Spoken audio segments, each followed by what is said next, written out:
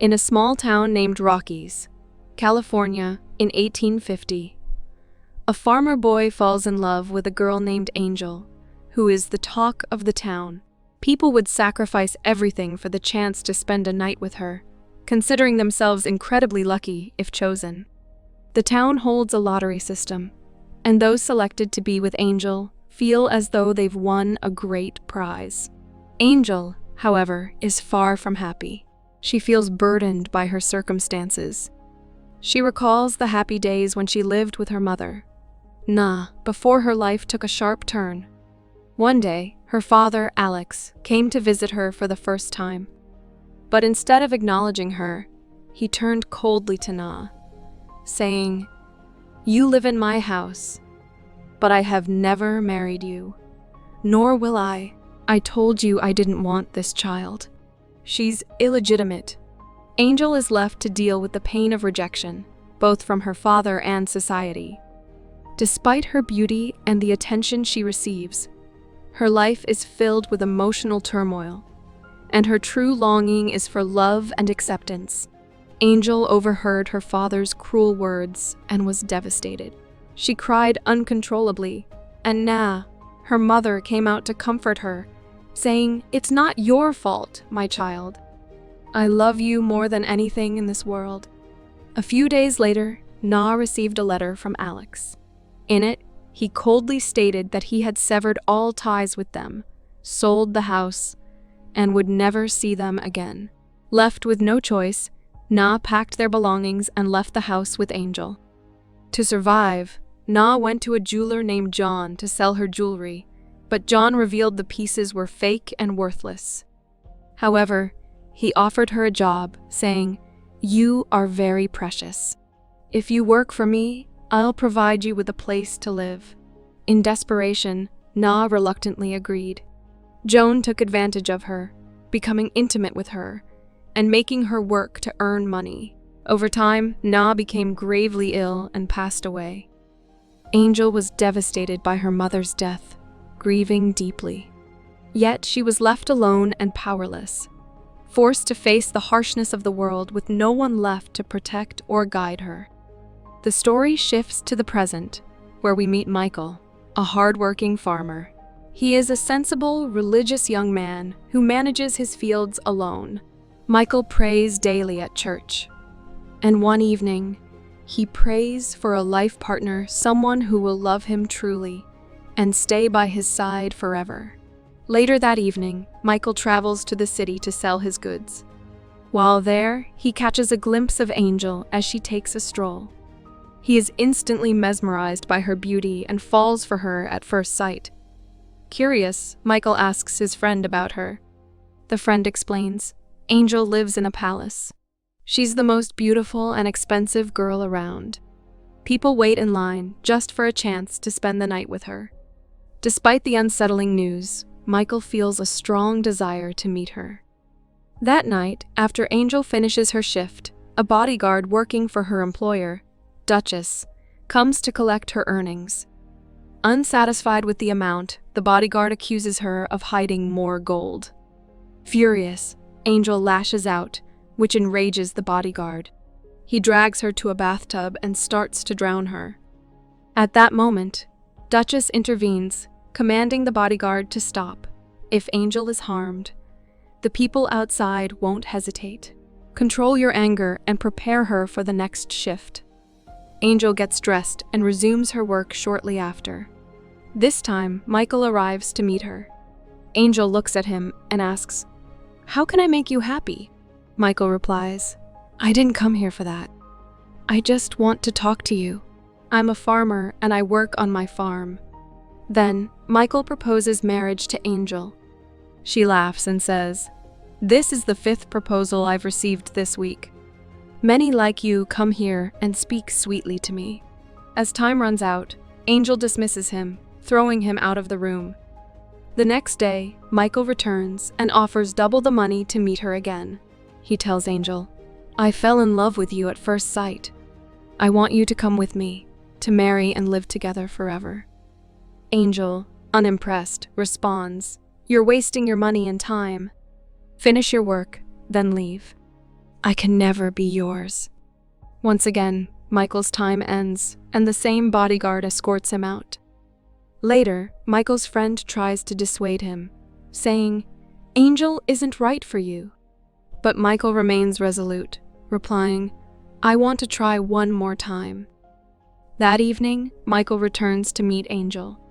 This time, he calmly tries to reason with her, saying, "I don't understand why you choose to live this painful life. Don't you feel anything for me? Is there no place for love in your heart?"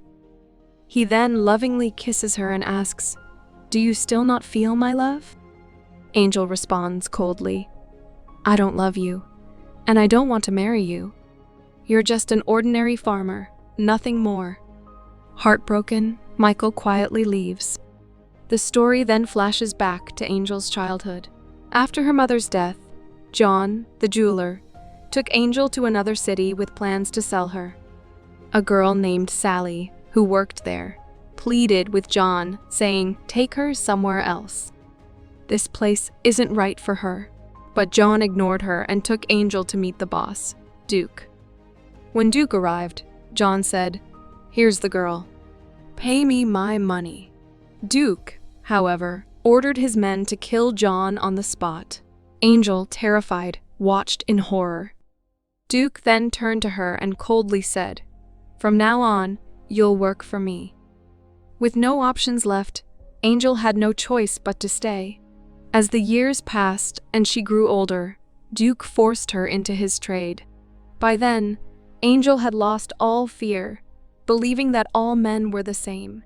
One day, her father, Alex, visited the place without knowing that Angel was his daughter. When he took her to his room, Angel revealed the truth. Shocked by the realization that his actions had ruined her life, Alex blamed himself and took his own life. Later, Sally helped Angel escape, giving her money for the journey. But when Duke found out, he was furious and killed Sally. Angel then boarded a ship to leave the city. During the journey, she met a group of girls who appeared friendly at first. However, once Angel arrived in the city of Rockies, those same girls attacked her, stole her money, and left her unconscious. A woman named Duchess found Angel and saved her, taking her to her palace. Duchess gave her a place to stay, but soon put her to work. Back in the present, Angel's health began to deteriorate. When her friend asked about it, she admitted, "I've grown weak from thinking about Michael." She decided to leave her life behind and went to Duchess to retrieve the savings she had kept with her. Duchess coldly refused Angel's request and told her to leave immediately. With disdain, she said, "What will you do after leaving? I'm giving you food, clothes, and shelter. What will you find outside?" But Angel was resolute. She replied firmly, "Give me my money." Furious, Duchess shouted, "I won't give you anything." Angel, equally angry, shouted back. In a fit of rage, Duchess called for her bodyguard and ordered, "Teach her a lesson." The bodyguard dragged Angel out and brutally beat her. That night, Michael had a vivid dream that something terrible had happened to Angel. Disturbed, he rushed to the palace the next morning and found Angel in terrible condition. His anger flared as he saw her, and he confronted Duchess, declaring, "I'm taking her away right now." Duchess replied coldly, "She owes me a debt. She can't leave until it's paid." Without hesitation, Michael paid 3 times the amount Angel owed.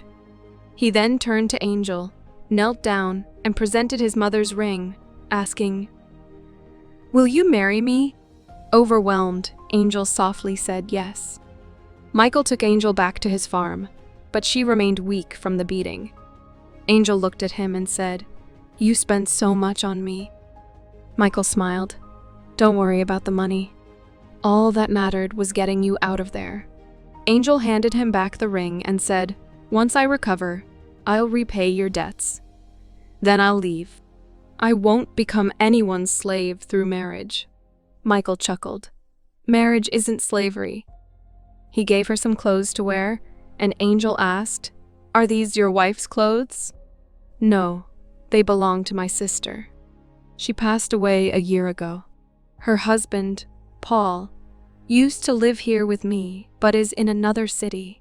When Angel tried to stand, she collapsed from weakness, and Michael quickly cared for her. For the next 3 weeks, Michael looked after Angel until she recovered. One night, he visited her, and she called him over, saying, "It's time to repay my debt," implying intimacy. Michael refused and said, "I didn't save you for something in return. What I feel for you, I want you to feel the same. Until then, I won't come close to you." The next morning, while working on the farm, Angel approached him. "I may not be able to manage your wifely duties, but I can help with your farm work." Michael agreed and began teaching her various tasks like gathering eggs, raising chickens, and fishing.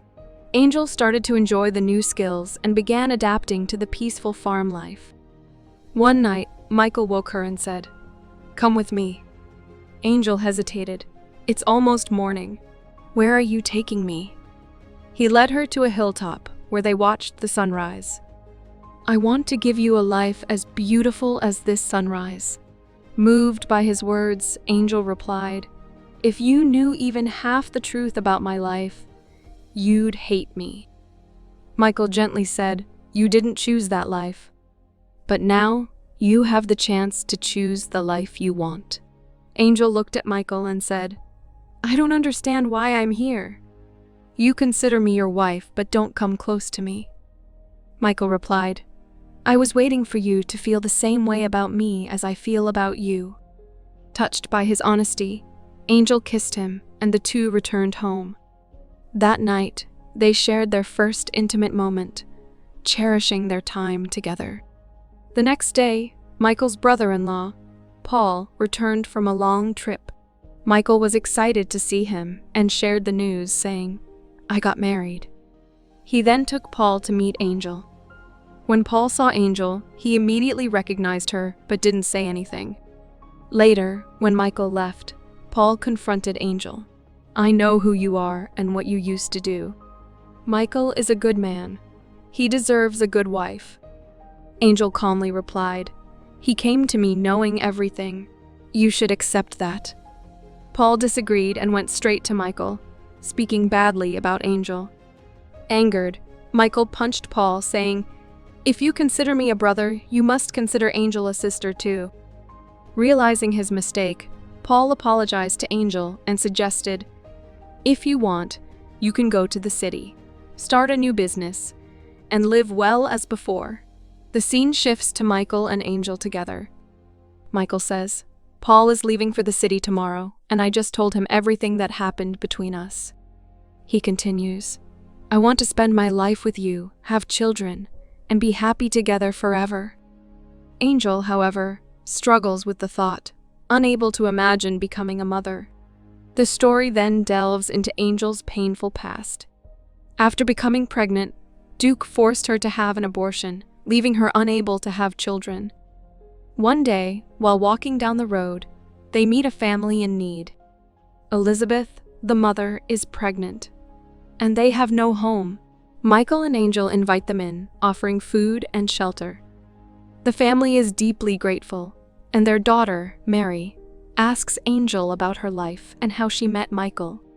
Angel opens up about her past, and she and Mary quickly become close friends. As time goes by, Elizabeth gives birth to a son, bringing joy to everyone. Michael and Mary care for the baby together, and Angel begins to feel that Michael and Mary would make a great couple. Later, Mary's father informs them that he has bought land from Paul, and the family will now live nearby. One day, while working in the field, Angel says to Michael, "Mary is so sweet, and you two would make a great couple." Michael reassures Angel, saying, "I only love you, and no one can come between us." Angel, with a heavy heart, confesses, "Duke forced a doctor to make me unable to have children." Michael responds, "No matter what you've been through, I love you, and that will never change. We should never lose hope because anything can happen." But Angel, feeling sad, accepts that she can never be a mother or the wife he deserves. Later, during dinner, Angel asks, "Take me to the place where we saw the sunrise." Michael agrees, and they go to the spot, watching the sunset. They share a tender, intimate moment together, cherishing the memory. The next morning, Angel writes a letter for Mary and places Michael's ring inside it. She decides to leave for the city with a man before anyone wakes up. The letter tells Mary that she and Michael would make a beautiful couple and live happily. When Mary finds the letter, she shows it to Michael and urges, "You should stop her." Michael replies, "I've done all I can to show her my love. Now it's her life, and the decision to return is hers." Angel arrives in the city and approaches a hotel owner, offering to work as a cook in exchange for a place to stay. The owner agrees, and she begins working there. However, one of Duke's men spots her working at the hotel. That night, the hotel catches fire, destroying everything. The next morning, Angel is seen collecting the charred remnants. As she does, Duke suddenly appears before her. Duke, the man who captured her in childhood after killing John, is back in her life. Angel is shocked to see him. Duke coldly demands that she come with him, but Angel firmly replies, "You can't force me." Duke smirks and reveals, "I set the hotel on fire last night. If you don't come with me, I'll kill the owner too."